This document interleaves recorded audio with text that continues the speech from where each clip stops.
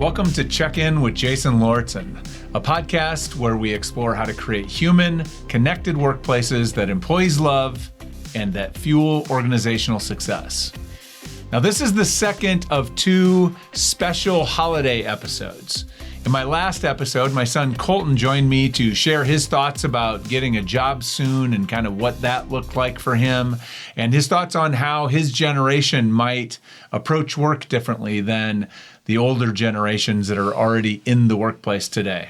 And of course, we also chatted about Christmas because it was Christmas week. Now, today, I am joined by another very special guest, my favorite daughter, Bailey. Hi, Bailey. Hi. Thank you for being here. Of course. So on a scale from 1 to 10, how much are you regretting agreeing to do this with me right now? A wee bit, but we all make sacrifices. 1 to 10?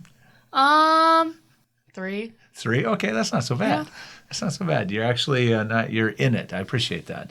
So in this episode, we're going to hear about Bailey's experience working part-time as a high school student. We're going to get her reflections and opinions about work through that experience, but then we're also going to get her take on what she thinks her generation might bring to the workforce here in a few short years. After we do that, I'm going to share a few of my tips for how to prepare yourself to have a great 2025. So if you are thinking about the new year, I personally am just coming off of doing some planning for the new year, some reflection on the year past, and just wanted to share with you a couple of quick tips to maybe help prime you to ensure that next year's a good one. So let's get into the good stuff. Now, Bailey, for those that don't know, as I indicated, you have had a job now for about a year and a half. You got a job about as soon as you could. Yep. Why don't you share what it is that you do? What is your job? I'm a lifeguard for the YMCA. And what else do you do besides lifeguarding? Swim lessons. Swim lessons, teaching the little ones how to swim. What do you think of your job? Do you like it? I love it. It's really fun. It's not like horrible. It's a perfect first job because they hired me right off the bat because they needed lifeguards for our pool that we had. And because they needed guards, I was like, this is perfect. We're really close. I can literally walk to work. So that was pretty perfect that first summer. And then this summer we had the YMCA open up. So now we have the water slides, the whole water park deal. And I was able to drive. So I was able to drive all the way over so I can work there. It's pretty awesome. I like it. That's good to like your job. Yeah. So you've been at it now for what, like I said, a year and a half. Mm-hmm. I'm curious, what have you learned about having a job and what it means to have a job that maybe you didn't expect when you first took your job? I mean, you learn a lot of things from it. Like, you have a lot of people experience. Like, in middle school and, like, freshman year, I was, like, not good with people. Every time I would see, like, an older person, I'd be like, I don't know how I'm supposed to talk to you. Like, I don't have that relationship. But then once you get the job, like, lifeguarding, you're talking to a ton of people. You're yelling at a lot of people, but that's still talking. So it's like you're talking to a ton of people. You're talking to a lot of little kids. So you're just getting a lot of experience with, like, people. Interacting with people. And you had a sense of that, probably didn't just know as that you were going to have to deal with as much of that. Oh, my God, yeah. Is there anything about the responsibility of having a job that is maybe different than what you expected? I mean, for me at least, like, at the Gretna City pool, it was like you were watching hundreds of people and it's like their lives were in your hands. So it's like I only had one save, but we guarded that place pretty well. But it's like once you have a save, you realize, oh my God, like a kid could die on my watch if I'm not paying like full attention. So you have a lot of responsibility. And then when we were at the YMCA, I was one of the senior guards since I had already been working for a whole summer. So I knew the things, I knew all the stuff that I was supposed to do. And we had like 50 guards that were freshmen, like 15-year-olds. So it's like I was one of the, like, people would be like, hey, you have to do this, you have to do this. And I'd help manage, like, along with our managers. So it's a lot to take on. It's an important job. yeah. So what have you found in your experience working? I suppose specifically the lifeguarding piece of it. What have you found plays the biggest role in making your job enjoyable? The people, like, you make a lot of friends. You're with those people for 8 hours every single day during the summer. So it's like you get a lot of really close friends. And getting food, I don't know, because I would order Jimmy John's almost every single day. So it was like, oh, Bailey, your Jimmy John's is here. So then I'd be like, oh my God, I have food. I have my friends. It's really fun. Nice. And we're out in the sun, so I'm getting tan, and it's really fun. I don't know. To be clear, you do wear a lot of sunscreen and you still get tan. Of course, Of course, yeah. All right. Got to be responsible. Of course. So what have you learned are the things that can make your job not enjoyable? Also coworkers, like people who just didn't do their job, and it's like, then you would have to take on their responsibility, and then it's just so much more work than you signed up for. And then honestly, then you're getting paid for, because it's like I'm doing 3 people's jobs right now. I shouldn't have to do that. Karens too, just getting yelled at, or like genuinely people just not doing their jobs and then having the repercussions of those jobs not being done. Got it. Well, and no offense to Karens. We should not. There are lots of lovely people named Karen. Yeah, we support them. You're using shorthand there, so no offense intended if you are one of the lovely who people complain named about random things that don't really affect them. Got it. All right. So one of the things, as you know, one of the things I talk about a lot and that I teach people how to manage more effectively, how to lead more effectively. And so I'm always asking questions about management and managers. I'm curious, from your lens, over your experience, what is it that you have learned about what it takes to be a good manager? Like I said, like people who genuinely do their job, like what their job description is, and like caring about the people that they're managing. Like, we had a couple managers over the summer that wouldn't care, but then we also had some that would be like, hey, are you doing okay? Do you need to sit out? Do you need to take a break? Do you need water, sunscreen? Like, that type of stuff, like, means, like, oh, yeah, they really care. Like, I just love those types of people, but, yeah. That's the difference? Yeah. And so is that the biggest difference then between what you have found, what you would call someone who's a really good manager, maybe from someone who's not so good of a manager, is just they care about their people and they have some level of competence. Yeah. They know how to do their job. Mm-hmm. Okay. And then they, like, do it. And they actually do it. Yeah. All right. And, like, they just take actions to get things done. So, yeah, getting the work done. Do the job, care about the people. Mm-hmm. Pretty straightforward. All right. That actually, it's interesting. It's interesting. It'll be fun to revisit this conversation in like 10 years. Hopefully I'm still doing my podcast and you and I can sit down and talk about, because I suspect that you might be saying a lot of the same things about workplace in 10 years that you are saying right now. So it's interesting how some things are pretty true regardless. All right. So one of the things that the people that I work with that, are the human resources leaders in organizations that are always thinking about how do we create a better workplace, how do we attract good workers and good employees to our organization. They're really curious about how new generations are going to come into the workplace, how they're going to work differently, how they're going to have different values or think differently and that kind of thing. And so that's part of the reason I wanted to talk to you and your brother, is just to get your take on what you think you and your peers, your friends and those what you think that you and your generation will bring that maybe is differently than the older generation. So what do you think? What do you think your generation will bring that maybe older generations, that'll be different?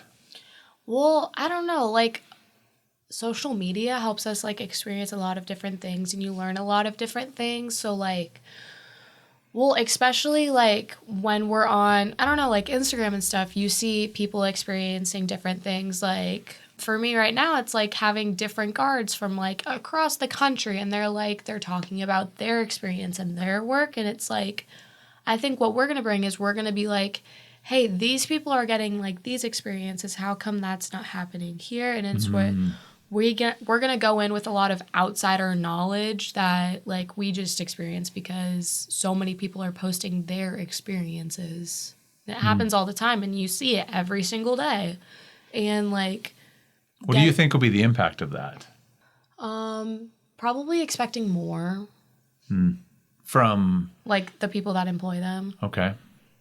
Especially if it's like, oh, they're getting paid like a way more than we are, and we're doing the exact same job. And I think also like bringing like the internet more into it, like older generations, they're not as connected into that as we are. And it's like we're on it every single day for hours on end. So you think just the fact that your generation is so not only connected to one another using social, but you're using social to share your stories.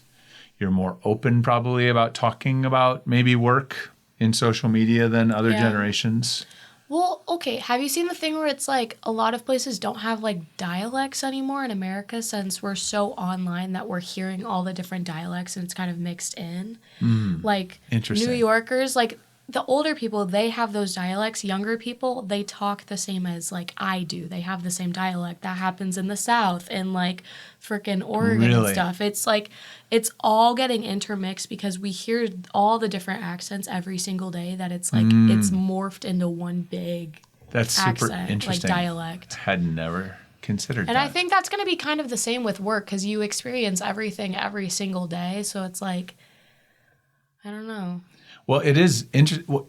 That's a really good point because what had happened certainly before social media, like the experience that one person's having at work is just there, right? It's their experience. They have no idea. They might think it's not a good experience, or they might think they're underpaid, or they might think they're not being treated the same way as others, but they had no way to know.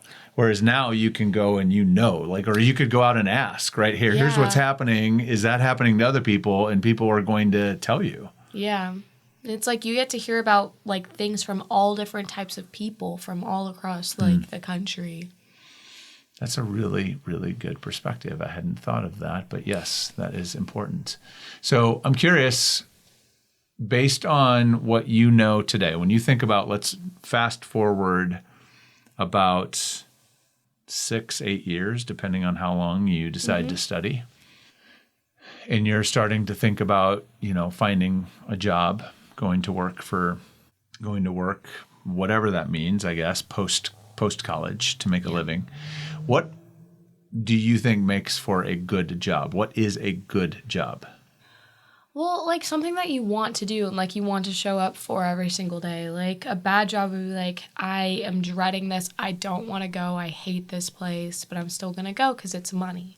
And like someplace that you're looking forward to, someplace that pays you well. And it's like, if you have the experience, like you're able to use that experience. Like I see people who like get the, they get the college like stuff, they learn all the things, but then when they show up, that's not like really what they're doing. It's like a total different, like it's what they want to do. It's what they want to get paid for.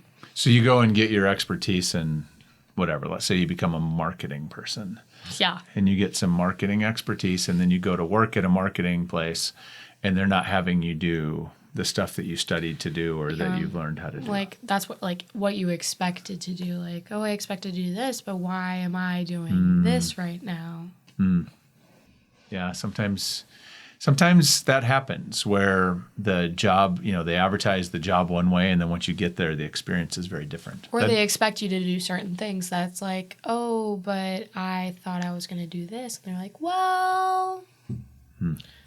Which is, do you think, the problem there is that they're just not being upfront about it. They're not telling them about it before they hire them. Got it.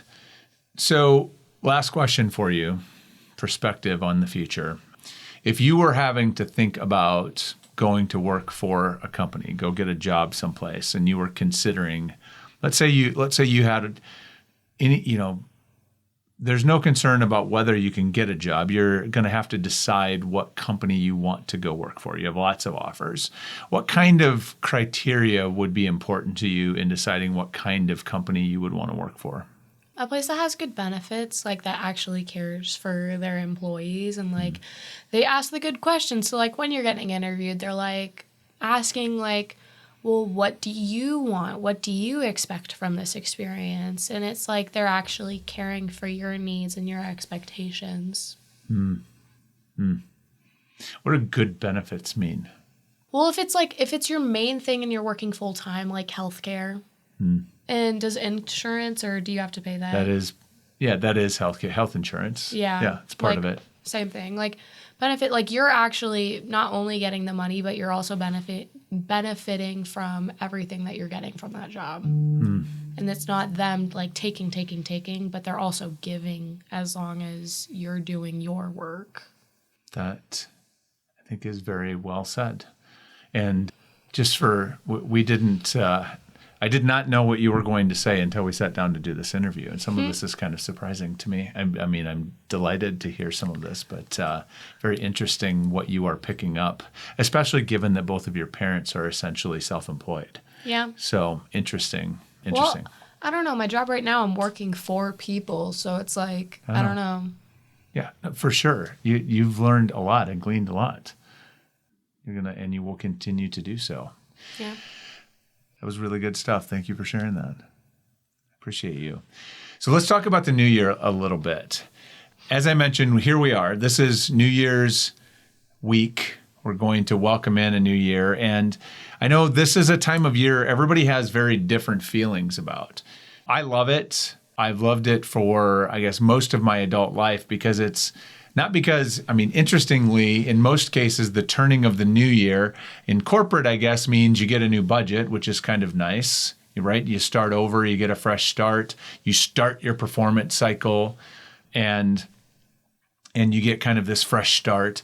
But for me, it doesn't really mean anything. It's another day, but it is an opportunity for reflection. It's an opportunity to reset. It's an opportunity to cast some new goals or intentions for the next several months ahead of you. And so I have for many years seized upon the opportunity at the end of the year to do some reflection and really just be thoughtful about how did this year go? What do I want to take away from this year? What do I want to learn from this year that I can take forward next year? And then to think about what I want the next year to be. What do I want it to be about? And so one thing I would urge is take some time for reflection, right? Set aside a few hours, go to the coffee shop or get a cup of coffee or your favorite beverage or sit down with a glass of wine and just reflect on the year. What went well, what didn't go well, what did you learn you'd like to take with you, all of those kinds of things. Just do a bit of reflection. And then I would ask yourself what you want the next year to be about.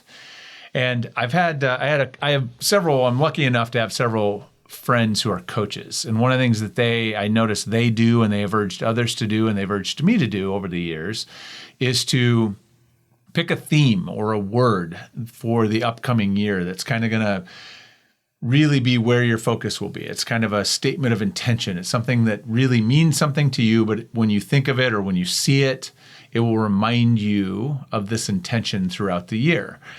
And so what I'm just coming out, as I mentioned earlier, coming out of my planning process. And the phrase that I have chosen for 2025 is wholehearted.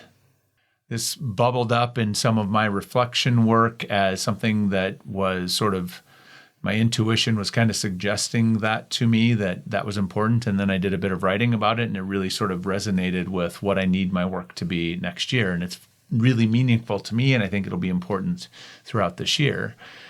Bailey, I know you don't you don't spend as much time doing all of this nerdy stuff as I do, but if you had a theme for 2025, what do you think it would be?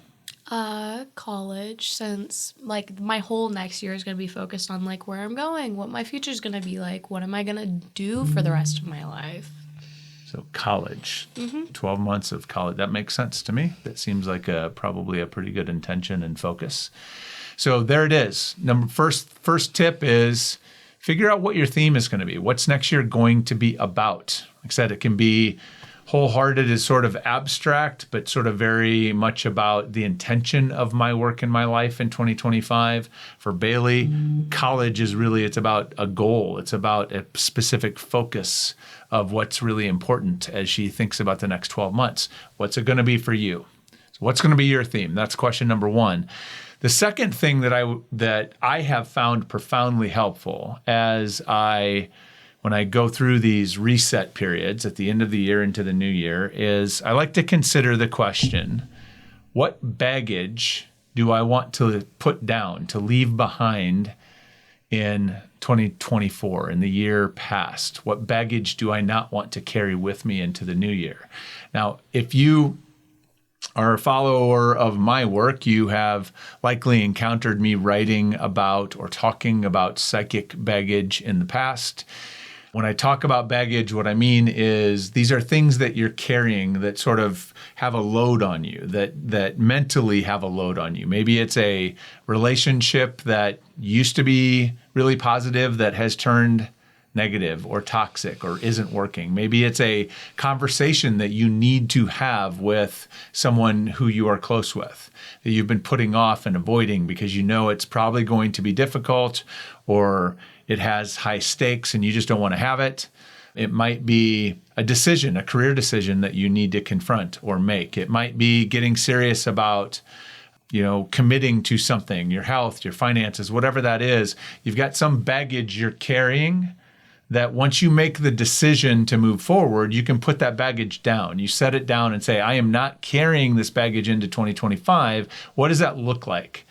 You might have to leave behind a relationship or see someone less who's being toxic. You might need to have that conversation you've been avoiding. You might need to take those steps to get serious about your health or your finances, whatever that thing is. And so this is a great time of year to consider what baggage you want to put down. And as I reflected on it, I think the baggage that I have decided I want to leave behind in 2024 is some baggage related to my, sort of carrying the experience I had of burnout with me. This year started out as a very difficult year for my business and even for me personally at some points, because I was recovering from having had some pretty serious burnout midway through 2023. I've written about this and I've talked about this in the past. Burnout was a really, really difficult thing, and it had some pretty significant impact on me and the business, and I had to do some pretty serious work to recover from that. And that really defined so much of this year and so much of what this year felt like. And even the end of this year, I keep comparing it to what the end of 2023 was like and comparing everything through that lens. Like, well, it's been a long journey recovering from burnout, but I think I'm ready to step past that story. I think I'm going to leave that story in 2024. That doesn't mean I won't talk about burnout or share what I learned through burnout, but I think that story is time to put that down and move forward. And so that's what I'm thinking I'm going to set down in terms of baggage heading into 2025. Bailey, do you have any baggage that you're going to leave behind? Probably how junior year started. Like, it was kind of rough with, my grades and just not being, honestly, as locked into school as I should have been. I was more focused on other things, and it's I shouldn't have, but... So now you're going to let go of that and just move forward locked in. Mm-hmm. The year of college prep, college decision, college focus. All right. Awesome. So the question for you is, what baggage are you going to leave behind? What baggage are you going to set down and walk away from as you head into 2024? I promise you, if you spend the time to think about this and be serious about the commitment, it will lighten you up. Once you set down that baggage, you feel more free, you feel more light, and it gives you more space and room for other things that are more positive and life-giving and energy-giving to you. So those are my two tips. What's your theme and what baggage are you leaving behind as you head into 2025? So as we wrap up here today, Bailey, I am really delighted that you chose to do this. Thank you so much. Of course. course. I appreciate you doing it. And it seemed like you didn't even regret it too much going in, which I love that. So, Only 3. so I have to ask you, I always ask a checkout question of everybody that I have as a guest. And the checkout question is, as we wrap up our conversation, what one word best describes how you're feeling right now? I don't know. Probably thoughtful. Like what we were talking about, just has like, it has you thinking. Thoughtful. A lot. Thoughtful. I am feeling grateful. Feeling grateful for you and how thoughtful you are about things, about the world outside of our house and outside of your experience. So thank you so much. This was really, really fun. And I enjoyed this. And you really are the best daughter I could hope for. I really appreciate you. And thank you for listening. As always, I am honored that you shared some of your time with me today. And I hope that you can maybe take back some little nugget or nudge or some bit of inspiration from what Bailey shared and what we talked about today to maybe challenge you to think a little bit differently about how you're approaching your people, the experience you're creating for the people that you are responsible for. And please remember, of everything we've talked about today, please remember this. Check in with the people who matter to you. Especially as we get to the end of the year, as we start a new year, the relationships in our life are the most important things we have. So reach out, check in, tell people that you're thinking about them and ask them how they are. It might be the most important thing you can do as you head into the new year. So go and do it now. And I will see you again soon. Until next time.